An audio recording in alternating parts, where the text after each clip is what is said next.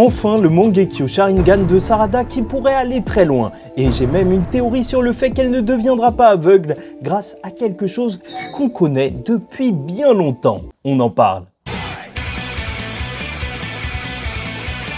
Mesdames et messieurs, ici Chad et on se retrouve aujourd'hui pour la review du chapitre 20 de Boruto To Blue Vortex, nommé En raison de l'amour. Un chapitre qui aura en cover Konohamaru en mode BG et si tu es un homme, traverse cette épreuve sanglante. C'est ce qu'il y a écrit et bien sûr c'est un chapitre qui concerne l'amour, mais on détaille ça tout de suite. N'hésitez pas à liker ou disliker la vidéo, commenter, donner votre avis en commentaire et vous abonner si vous n'êtes pas encore abonné car on en parle chaque mois avec les théories et compagnie. Et donc commençons tout de suite. Tout le chapitre illustre ce que Jura voulait dire quand il disait que le plus grand danger pour les Shinju est l'amour. Car alors que Konohamaru se fait littéralement bouffer par Matsuri avec son Mokuton, il va malgré lui, et c'est bien montré par les flashbacks des paroles de Shikamaru qui le hante, la manipuler pour s'en sortir littéralement, la prendre par les sentiments. Elle a apprécié lui parler, donc elle ne devrait peut-être pas le tuer.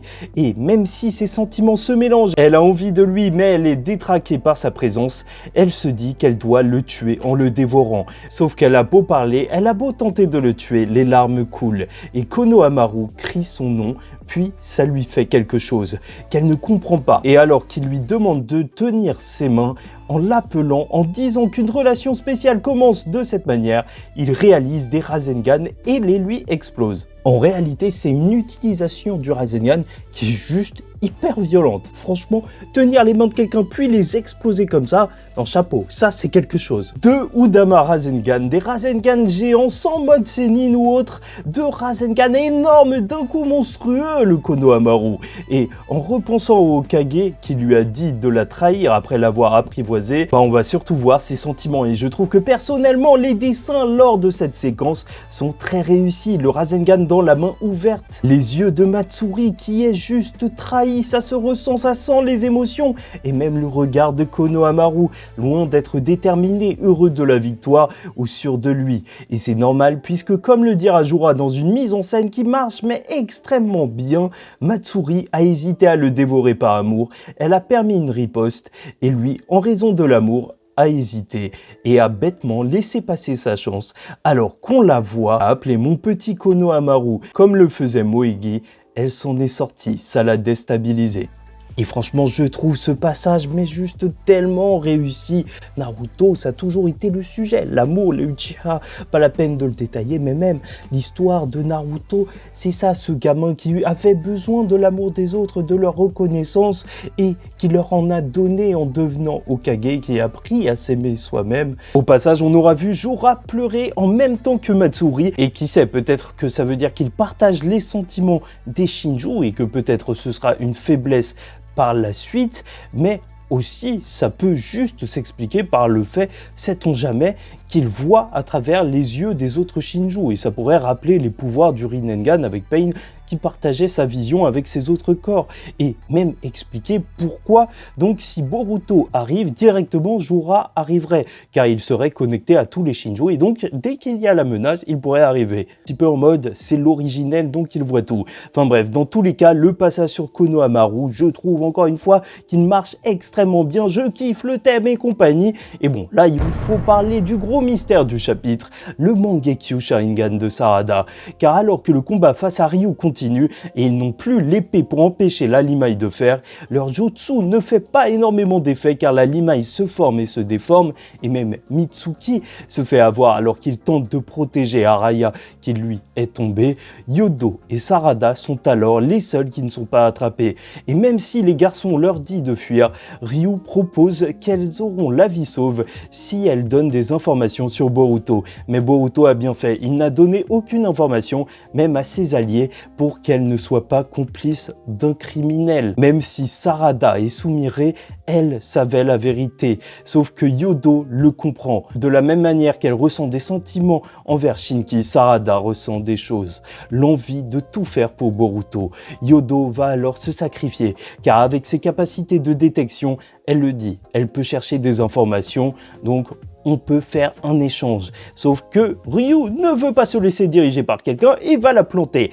elle s'est fait donuts, comme beaucoup de personnages de manga, un petit peu trop même. Alors qu'il veut l'achever en manipulant Sarada avec sa limaille, Odo dit à Sarada qu'elle se méprend sur sa force. Elle a le droit aussi de l'utiliser pour juste une personne auquel elle tient. Et alors que la limaille s'échappe, découvre une boule noire qui aspire la limaille de fer tout autour de Sarada.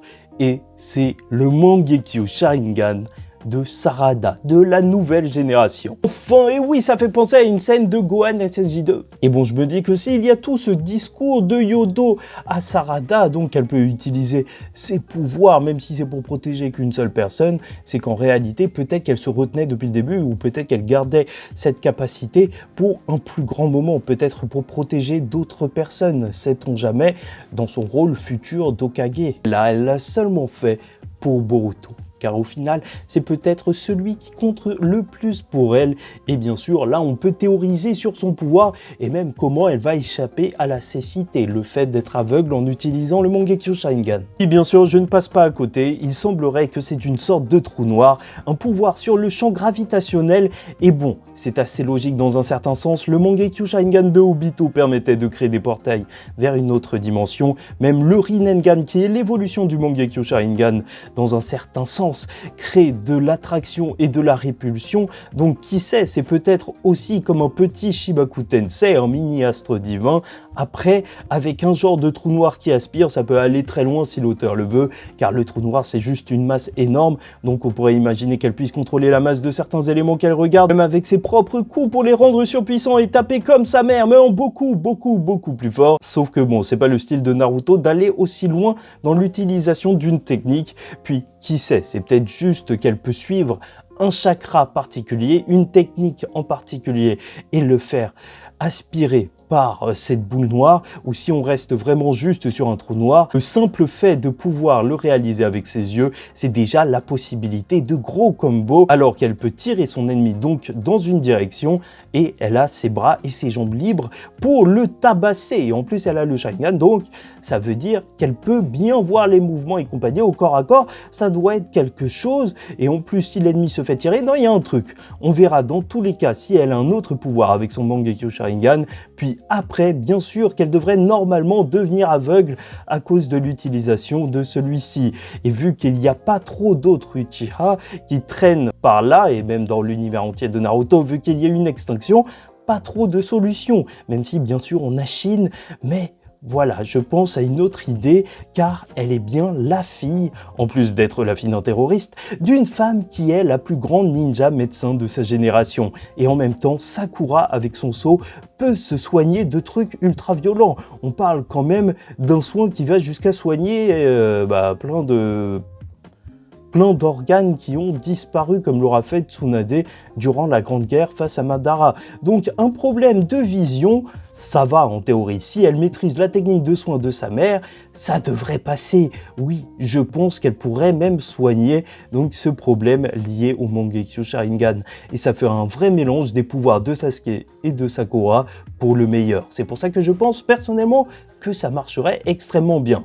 Au passage, certains pensent qu'avec le flashback sur Sumire, ça veut dire que son Mangekyo Sharingan s'est réellement activé là, car il se rend compte que Boruto s'est isolé de lui-même, car il voulait la protéger, et donc elle s'est rendue compte de la douleur qu'il a dû subir en étant seule, mais bon, qui sait. Bref, c'est dommage dans un certain sens de voir que le développement de Sarada se fait juste autour de Boruto, mais bon, en même temps, Mitsuki aussi, et c'est bien lui la fangirl numéro 1 de Boruto. Enfin bref, n'hésitez pas à me dire ce que vous en pensez. Un très bon chapitre à mon sens, qui montre un thème en entier pour les deux personnages que sont Konohamaru et Sarada. L'amour qui aura poussé Konohamaru à hésiter, et Sarada à faire un choix. C'est beau, plusieurs réactions sur un même thème dans un même chapitre, ça marche extrêmement bien. Et bref, très hâte d'avoir votre avis. En attendant la suite, je vous dis que tout le monde, faites très attention à vous et surtout, paix sur vous.